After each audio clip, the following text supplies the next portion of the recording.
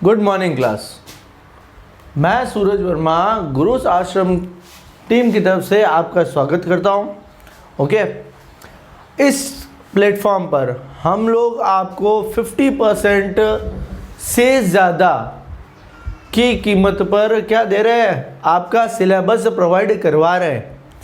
इस सिलेबस का आपके लिए बहुत ही ज़्यादा बेनिफिट्स है। फर्स्ट थिंग कि ये सिलेबस आपके लिए पूरे साल भर अवेलेबल रहेगा। ओके, अब बात करते हैं हम लोग अपने सिलेबस की। इसमें मैं आपके लिए क्लास 10th को क्या कर रहा हूँ, रिप्रेजेंट कर रहा हूँ as a subject teacher of science. तो इसके अंदर हम लोग जो बात कर रहे हैं, आज का जो हमारा वीडियो है वो इलेक्ट्रिसिटी चैप्टर के टॉपिक करंट से रिलेटेड है। ठीक है, इसमें हम लोग कुछ टॉपिक्स लेंगे। जैसे हमारा पहला टॉपिक है आज का करंट। तो इस करंट के अकॉर्डिंग, इस टॉपिक के अकॉर्डिंग अगर हम बात करें, करंट है क्या। पिछले वीडियो में मैं आपको चार्ज यानी कि आवेश के बारे में बता चुका हूँ। आज हम बात कर रहे हैं करंट की। करंट का मतलब है विद्युत धारा। क्या मतलब होता है? विद्युत धारा। अब विद्युत धारा होती कब है, बनती कब है? तो अगर हम विद्युत धारा की बात करें, विद्युत धारा की अगर हम बात करें कि बेटा धारा बनती कब है, कैसे बनती है, इसका क्या इफ़ेक्ट होता है। नॉर्मली हमारे यहाँ पर जो फ्रीक्वेंसी चल रही है, यानी कि करंट की जो फ्रीक्वेंसी हम लोग देख रहे हैं, इसकी इकाई क्या है, इसके सिंबल्स क्या है, वो सारा कुछ आज हम इसमें करेंगे। ओके, चलिए। तो करंट जो है ना, एक समय में 1 सेकंड के अंदर जितना ज़्यादा चार्ज यानी कि आवेश किसी कंडक्टर के अंदर यानी विद्युत वाहक के अंदर या सुचालक के अंदर चलता है, वो क्या कहलाता है? हमारी धारा कहलाती है। क्या हो गई करंट की परिभाषा? यानी धारा की परिभाषा क्या हो गई?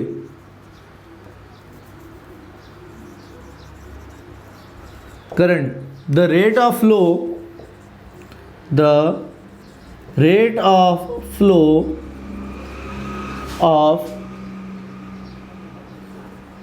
charge in a conductor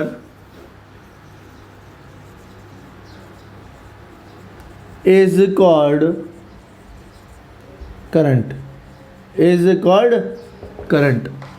अब देखो बेटा, इसकी एक डेफिनेशन तो ये हो गई हमारी कि भैया हमने लिख लिया the rate of flow of charge in a conductor is called current. लेकिन कई बच्चे ऐसे हैं जिन्हें ये डेफिनेशंस याद नहीं होती।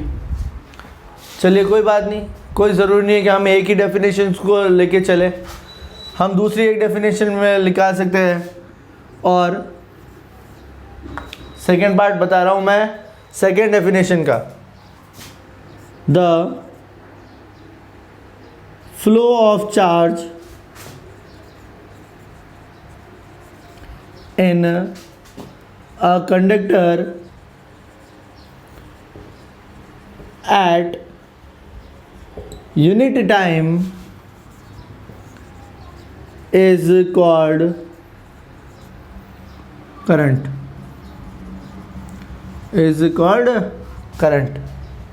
ओके। चलिए बेटा, आज के कुछ कमेंट्स क्या क्या आ रहे हैं आपके? हाँ, ओके, चलिए ठीक है, ओके। हाँ, अब हम लोग कर रहे हैं यहाँ पे, ये थी इनकी डेफिनेशंस, या ये क्या थी इनकी डेफिनेशंस जो हम लोग एग्ज़ाम में लिख सकते हैं। अब एग्ज़ाम में इनमें से जो क्वेश्चन आता है वो 1 मार्क्स का आता है, इन दोनों में से। इसकी डेफिनेशन आई 1 मार्क्स की डेफिनेशन आपके पास में क्या रहेगी, आएगी कि भैया इसकी करंट की आपको डेफिनेशन पूछी है, डिफाइन करंट। लेकिन अगर आप सिर्फ ये है कि आपको कहा गया डिफाइन करंट, आपने करंट की डेफिनेशन लिख दी कि सर हम तो करंट की पूरी डेफिनेशन लिख के आ गए, बस अब हमें क्या चाहिए। लेकिन बेटा नंबर यहाँ नहीं आते, नंबर यहाँ नहीं आते हैं। अगर आपको मार्क्स चाहिए तो सिंपल और साफ सुथरा तरीका होता है कि उसने जितना पूछा है ना उतना तो लिखना ही है, बट उसी टॉपिक से रिलेटेड कुछ थोड़ा और बता दो, ताकि वो ये नहीं कह सके, एग्जामिनर ये नहीं बता सके हमें कि हमारे नंबर काटे हैं आपने, हमने आपके नंबर काटे हैं। कहाँ काटे? कि इस जगह पर काटे। भैया वो जगह तो हमने छोड़ी नहीं है, आपने काटे कहाँ से, है ना। तो हम क्या करेंगे, ये डेफिनेशंस याद हो गई हमें, अब दोनों में से कोई भी एक डेफिनेशन लिख ली। फिर हमने लिख लिया it is denoted by capital I, ठीक है। यानी कि ये क्या हो गया, करंट का सिंबल, विद्युत धारा का प्रतीक हो गया कैपिटल आई। दूसरी बात, इट्स यूनिट इट्स एसआई, यानी कि स्टैंडर्ड इंस्ट्रूमेंटेशन। एसआई जो होती है, एसआई का मतलब होता है बेटा ऑल ओवर वर्ल्ड में सेम यूनिट को एक्सेप्ट किया गया है। ऑल ओवर यूनिट में क्या किया गया है, सेम यूनिट को एक्सेप्ट किया गया है। ये यूनिट ऐसा नहीं है कि भैया हमने राजस्थान में ये यूनिट ली है, गुजरात चले गए तो ये यूनिट लिए है, कोलंबिया पहुंच गए तो हमने दूसरी यूनिट ली है, अटलांटा पहुंच गए तो हमने तीसरी यूनिट ली है। वो यूनिट्स एक्सेप्टेबल नहीं होगी। ये ऐसा यूनिट से ऑल ओवर एसआई में, यानी कि ऑल ओवर वर्ल्ड में सब में यही यूनिट क्या होगी, काम आएगी। किसकी? करंट की। तो करंट की ऐसा यूनिट क्या है हमारे पास में, इट्स ऐसा यूनिट इज एम्पियर। इट्स ऐसा यूनिट इज एम्पियर, यानी कि इसका जो यूनिट है वो क्या है बेटा, एम्पियर। अब करंट को चलो हमने ले लिया, हमने इसकी ऐसा यूनिट लिख ली, नो डाउट, कोई डाउट नहीं। अब देखो ये होने के बाद में हमने इसका डिनोटेशन कर लिया कि भैया ये इसका सिंबल हमारे पास में ये, लेकिन ये क्या है, एक यूनिट है, कहीं ना कहीं से तो मेजर होती होंगी, कुछ ना कुछ डिवाइस तो होगा जो इसको क्या करता होगा, मेजरमेंट लेता होगा। तो उस डिवाइस के अंदर हम क्या करेंगे, उसमें हम इसमें क्या करेंगे, it is measured by ammeter, AMMETER, ammeter, it is measured by ammeter, ठीक है। अब ये एमीटर से क्या होती है, इसका मेजरमेंट लेता है कि भैया हमने करंट आ रही है, हमारे डिवाइस में इतनी करंट आ गई। अब ये बताओ कि आप में से कितने बच्चे ऐसे हैं जिन्होंने आज तक कभी एमीटर नहीं देखा। मैं प्रैक्टिकली बता रहा हूँ, क्योंकि हम अपनी जनरल लाइफ में, साइंस है 10th तक है तो जनरल है, ऑब्वियस सी बात है, साइंस तो जनरल होती है। कितने बच्चे ऐसे हैं जो ये कहते हैं, या कितने मेरे ऐसे दोस्त हैं जो कि कहते हैं कि सर हमने तो आज तक एमीटर देखा नहीं है। आप कैसे बता सकते हो कि हम लोगों से किसी ने देखा? तो बेटा सिंपल एग्जांपल देता हूँ मैं, आप में से मोस्टली सारे बच्चे मेरी तरह ही हैं, है ना। वो अपने अनाज को कहाँ लेके जाते हैं, उसका फ्लोर यानी कि उसका आटा बनवाने के लिए कहाँ जाते हैं, उसको पिसवाने के लिए भाई आटा चक्की पे जाते हो ना, तो उस चक्की के ऊपर बेटा 2 मीटर लगे हुए होते हैं, 2 मीटर लगे हुए होते हैं, जहाँ पर 1 मीटर में तो लिखा हुआ होता है ए और दूसरा 1 मीटर होता है वी। पहला मीटर क्या है, ए, और दूसरा है वी। तो जो पहला मीटर हमारे पास में, जो ए वाला जो मीटर है ना, ये मीटर क्या बताता है, उसके अंदर फ्लो होने वाली करंट है। ये क्या है, एमीटर है। ये क्या है बेटा, एमीटर है, ठीक है। चलिए यहाँ तक किसी को कोई डाउट? नो डाउट्स, क्लियर है, होने भी नहीं चाहिए। अब तो अभी एग्जांपल है हमारे पास में कि सर एमीटर तो हमें मिल गया, तो अब कहाँ से डाउट आ रही है? ये सारे यूनिट्स हमारे क्लियर है। ये है हमारा क्या टॉपिक, करंट का। अब भैया हमने डेफिनेशन तो लिख दी, मीटर लिख दिया, अब इसका एक फॉर्मूला बचता है, वो ज़रूरी है। वो क्या है, थोड़ा सा इम्पॉर्टेंट है, ज़रूरी है। तो its formula is I is equals to Q by T, Q upon T. Formula क्या हो गया, I is equals to Q upon T. अब ये समझो कि अगर आपके पास में एक नंबर आता है, सिर्फ और सिर्फ एक नंबर, ये मैंने लिख दिया, दोनों में से एक क्वेश्चन लिख लिया, दोनों की एक डेफिनेशन लिख ली, कोई भी जो मुझे इजीली याद हुई मैंने वो लिख दी, उसका डिनोटेशन बता दिया, उसकी यूनिट बता दी, वो मेजरमेंट बता दिया, फॉर्मूला बता दिया। अब कौन सा टीचर और कहाँ से नंबर काट रहा है ये बताओ मुझे। कौन सा टीचर आपका नंबर काट सकता है, बताओ तो मुझे कि ये जगह है यहाँ पे नंबर काटने के लिए। कोई टीचर ये नहीं काट सकता आपका नंबर, ये ध्यान रख लो। तो अगर ये चीज़ लिख ली, माना कि भाई मैंने एक नंबर है, कई टीचर्स होते हैं बोलते हैं कि क्या है सर एक नंबर है, एक नंबर में हम इतना थोड़ी लिखते हैं, पर बेटा एक नंबर में काटने के लिए तो जगह चाहिए उसको तो रीज़न चाहिए। रीज़न दो मत सामने वाले को, आपके नंबर क्लियर है ना। चलिए ओके, अब लिख लो, इसको कॉपी कर लो।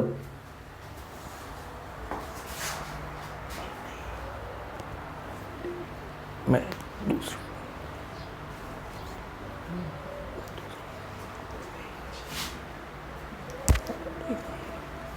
ठीक है, चलिए ये हो गया कॉपी। अब ये तो बेटा था किसके लिए, इंग्लिश मीडियम वालों के लिए। किसके लिए, ये तो था उनके लिए जो इस सिलेबस को इंग्लिश में कंटिन्यू कर रहे हैं। ओके, अब बात कर लेते हैं थोड़े से हमारे हिंदी मीडियम में, क्योंकि हम लोग क्या है हिंदी भाषी है, हमारी मातृभाषा भी हिंदी है, तो ऑब्वियस सी बात है कि हमारे स्कूलों में एक माध्यम हिंदी भी है। चलिए अब करें, तो हम हिंदी मीडियम के अकॉर्डिंग बात कर लेते हैं। अब विद्युत धारा की परिभाषा।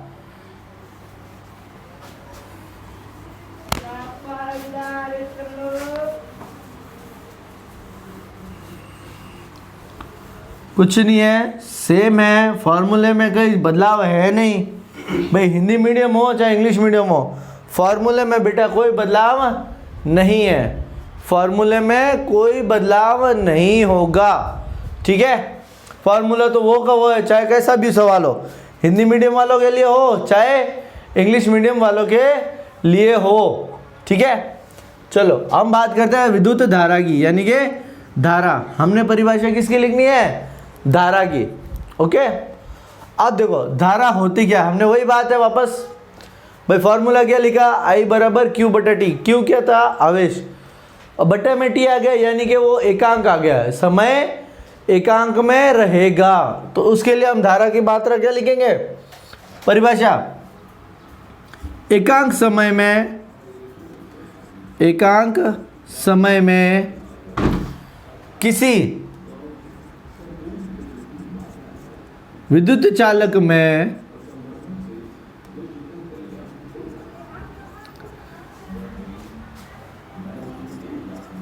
प्रवाहित होने वाले आवेश की दर क्या कहते हैं,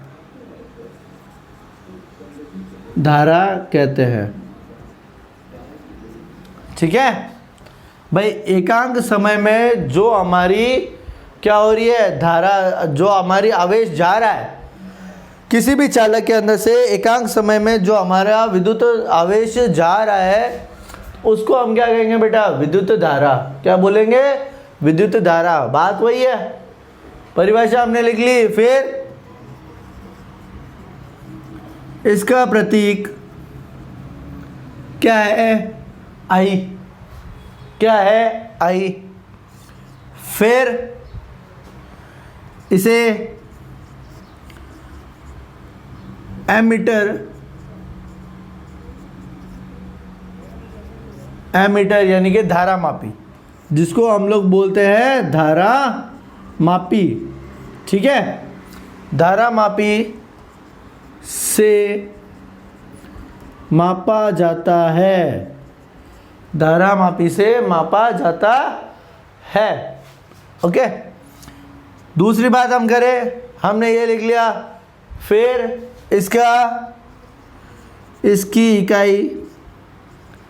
इसकी इकाई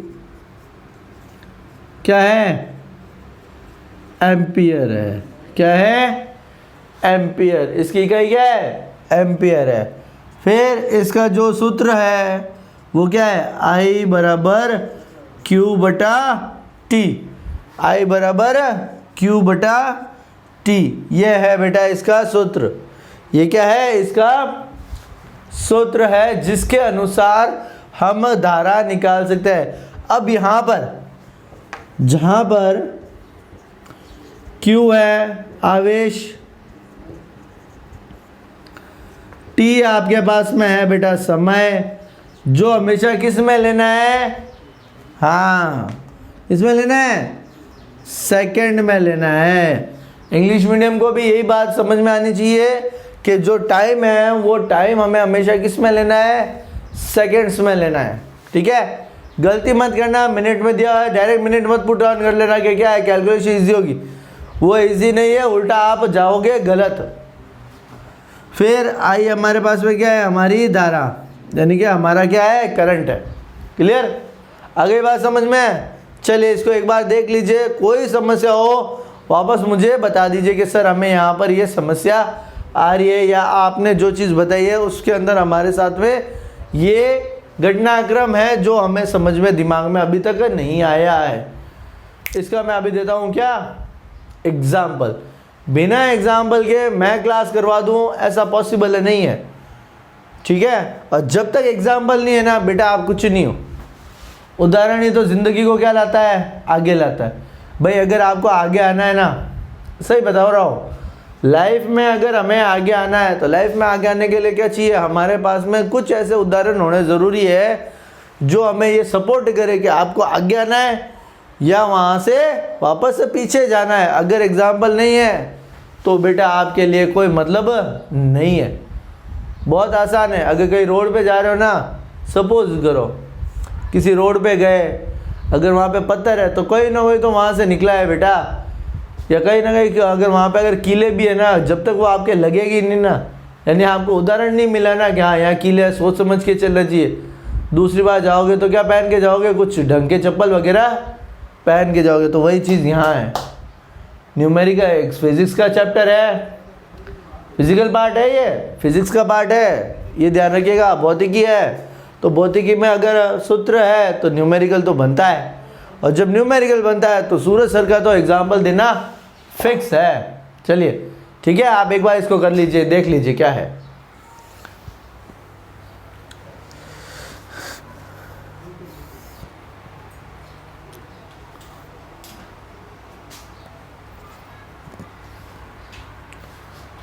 चलिए हो गया सबका। अब हम बात करते हैं इसके किसकी बात करें हम? इसके उदाहरण की। किसकी बात करेंगे अब हम? इसके उदाहरण की, यानी कि इसके एग्जाम्पल्स की हम करेंगे बात। चलिए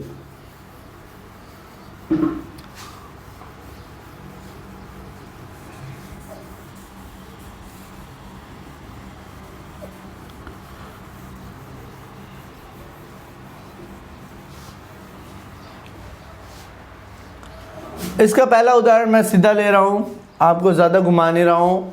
ठीक है, किसी धारा में किसी भी विद्युत चालक के अंदर 2000 कूलम का आवेश दिया हुआ है। कितने कूलम का आवेश दिया हुआ है बेटा? 2000 कूलम का आवेश दिया हुआ है। और वो फ्लो कितने मिनट में हो रहा है? कितने मिनट में फ्लो हो रहा है? सिर्फ और सिर्फ 1 मिनट और 15 सेकेंड में। कितने मिनट है? 1 मिनट और 15 सेकेंड में। तो दिया हुआ क्या है? Q, यानी कि आपको फ्लो रेट चार्ज कितना दिया हुआ है? 2000 कूलम का दिया हुआ है। ओके, तो हम सोल्यूशन में है, वही बात है अपनी, तो सोल्यूशन करना है। लेकिन दिया हुआ क्या है वो पहले इकट्ठा करो। जो जो चीज़ें हमें दी हुई है ना, वो सारी चीज़ें हमारे पास में होनी ज़रूरी है। अगर वो चीज़ें नहीं है तो बेटा आगे कोई काम करने की सोचो मत कि क्या है, क्वेश्चन पढ़ लिया ठीक है, फॉर्मूले में है, अब डायरेक्ट वैल्यू रखो। डायरेक्ट वैल्यू मत रखना। अगर रख दिया तो बेटा क्या होगा? वहाँ पर आ जाएगा आपके लेस नंबर के लिए भूकंप, जिसके वजह से नंबर घटेंगे। आपके जो बिल्डिंग है ना नंबर्स की जो चढ़ रही है इस क्वेश्चंस में, वो फटाफट क्या हो जाएगी? वहाँ पे नीचे आ जाएगी। ये ध्यान रखना मेरी बात। तो चलो Q यानी कि आवेश यानी कि चार्ज कितना है 2000 कूलाम 2000 कूलाम। टाइम कितना दिया हुआ है यानी कि समय 1 मिनट और 15 सेकंड। अब देखो मैंने बोला है कि सर आपने तो बोला था सेकंड में लेना, ये रहे ना 15 सेकंड। 1 मिनट को छोड़ दो, 1 मिनट को छोड़ दो, 15 सेकंड है, ये नहीं होगा। इस पूरे को क्या करोगे आप, अगर मिनट टर्म दी हुई है तो भी उसको बदलोगे सेकंड में। किस में बदलोगे, पहले सेकंड में। फार्मूला हम बाद में सोचेंगे, फार्मूले की अब हमें कुछ नहीं करना है, अभी फार्मूला तो बाद में निकालेंगे, पहले इसको ख़त्म करो यहाँ से। ये जो समस्या आ रही है ना ये वाली 1 मिनट 15 सेकंड की, इसको एक जैसा करो। ये दोनों एक जैसे नहीं है, ठीक है। तो दोनों को एक जैसा करने के लिए क्या करेंगे हम, सेकंड को मिनट में बदलोगे तो 60 से डिवाइड करो। अगर मिनट को सेकंड में बदलना है तो 60 से मल्टीप्लाई करो। तो 1 को 60 से करोगे कितना हुआ 60 सेकंड। तो ये हो गए प्लस के बेटा हो गए 15 सेकंड। तो टोटल आपके पास में हो गए 75 सेकंड, यानी कि टोटल आपके पास में आ गए 75 सेकंड्स। टोटल कितना आ गए 75 सेकंड्स आ गए हमारे पास में, ठीक है। अब इन 75 सेकंड्स को हमने हमारा क्या मान लिया, टाइम मान लिया। इन 75 सेकंड्स को मैंने क्या ले लिया, अपना समय ले लिया, क्योंकि मुझे समय किस में चाहिए था, सेकंड में। चलो क्वेश्चन अब लगाओ इसका फार्मूला। फार्मूला क्या था, I = Q/T। अब कुछ कहेंगे कि सर निकालना क्या है, I निकालनी है, ये सर फार्मूला है। Q निकालने के लिए हम याद करेंगे IT, T निकालने के लिए हम करेंगे Q/I। क्यों करना है ऐसा, ऐसा क्यों करना, मैं पहले अपने पिछले वीडियो में भी बता चुका हूँ। हमें तो हमेशा फार्मूला एक ही याद रखना है, उसमें चाहे 3 टर्म हो, चाहे 4 टर्म हो, चाहे 10 टर्म हो। जितनी टर्म्स होगी बेटा उतना ज़्यादा फार्मूला बनेगा, जितनी ज़्यादा टर्म उतना ज़्यादा फार्मूला। फार्मूला होता है स्टैंडर्ड 1, उसको रखो याद। अगर वो याद है तो आगे हम पहुंच सकते हैं, आगे हम लोग पहुंच सकते हैं, ठीक है। वैल्यू डालो, कूलाम, समय। अब इसका करो सॉल्यूशन। अब बेटा इसका निकालो सॉल्यूशन। अब जिसको नहीं आता है वो भी सीख ले, पहले करे आप 5 से कैंसल। कितनी बार गया, ये गया 400 बार। ये कितनी बार गया भैया, 15 बार, है ना। तो अब इसी के अंदर मत काटाकुटी करना, इसी में मत क्रॉस करना, क्योंकि करोगे तो खुद में कन्फ्यूजन होगी। 2 लाइन हमारी बढ़ेगी, बढ़ने दो। 400/15 यानी 400/15। फिर से 5 से काटो, कितनी बार गया 80। ये कितनी बार गया भैया 3 बार। 80/3 कितना हुआ, अब करो इसका सॉल्यूशन। 80/3 का अब करो सॉल्यूशन, तो कितना आएगा 26.66 एम्पियर। कितनी करंट फ्लो होगी, 26.66 एम्पियर की करंट फ्लो होगी। अब मान लो कि अगर मैं लिख के आता, ये क्वेश्चन मान लीजिए आपके 2 नंबर का क्वेश्चन है। कितने मार्क्स का है, 2 मार्क्स का क्वेश्चन है, ठीक है। अब मैं अगर कॉपी चेक करूँ ना, जनरली है, मैं अगर कॉपी चेक करूँ ना, मेरे सारे स्टूडेंट्स को पता है कि सूरज जी कैसे कॉपी चेक करते हैं। आपने यहाँ पे यूनिट नहीं लिखी, यूनिट नहीं लिखी ना, तो बेटा यहाँ पर अगर 2 नंबर पूरे आने थे ना, यहाँ पर आप क्या जाएंगे 1.5, ये आपका हाफ मार्क्स रिड्यूस। मैं काट लूँगा, मैं क्रॉस कर दूँगा उसको। क्यों भैया, कि जब यूनिट दी हुई है, जब हमारे पास में स्टैंडर्ड यूनिट है, तो आपने लिखी क्यों नहीं। पहला रीज़न ये समझ में आई। दूसरा रीज़न कन्वर्जन में और गिवन स्टेटमेंट में, यहाँ पर प्रॉब्लम नहीं करोगे। अगर प्रॉब्लम की तो नंबर कटे, नंबर कटते हैं तो फिर होता है कि सर हमारे मार्क्स गए कहाँ पे, आपने अच्छा नहीं करवाया, ये नहीं करवाया। बेटा मिस्टेक आपकी है, सामने मिस्टेक है हमारी मिस्टेक हमारे सामने है। कई बच्चे ऐसे होते हैं जो कहते हैं सर हमने तो 26.66 लिखा पर यूनिट नहीं याद आई, तो हमने लिख दिया भैया यूनिट है। तो यहाँ पर भी बेटा 1/4 मार्क्स कटेगा। बेटा अगर यूनिट नहीं पता है ना, ऐसे तो आप हर किसी के पीछे कुछ भी लिख दोगे। अब मुझे क्या पता ये एम्पियर है क्या है। अगर मैं पूछ लूँ कि भैया इसका सोल्यूशन है, आप में से मान लीजिए 1 मार्क्स के लिए क्वेश्चन है, किसी ने रफ में पीछे सॉल्व कर दिया, लिख दिया 26.66 यूनिट, किसका क्वेश्चन था, क्वेश्चन नंबर भी नहीं डाला, तो उसको क्या मानूँ मैं।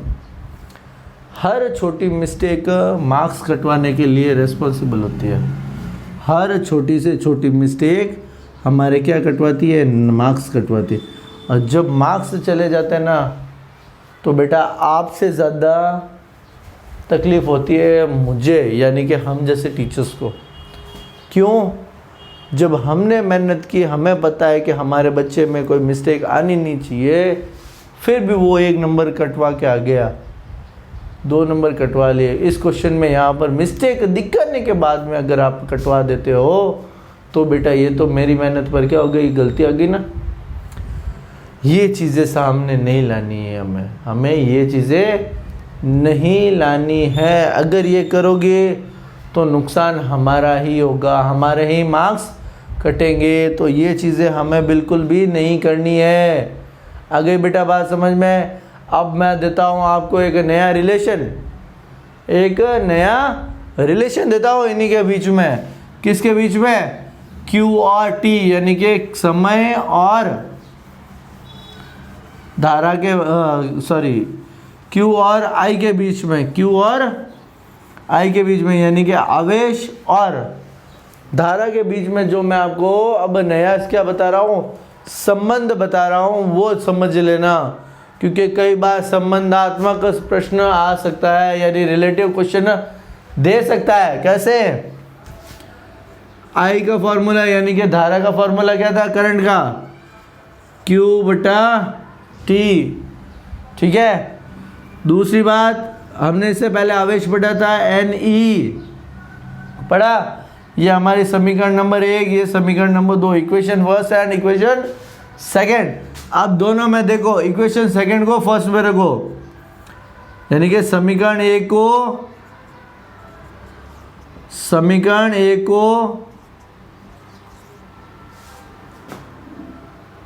2 से हल करने पर क्या होगा। अब Q को इसमें रख दो, तो I = क्या हो गया, NE/T।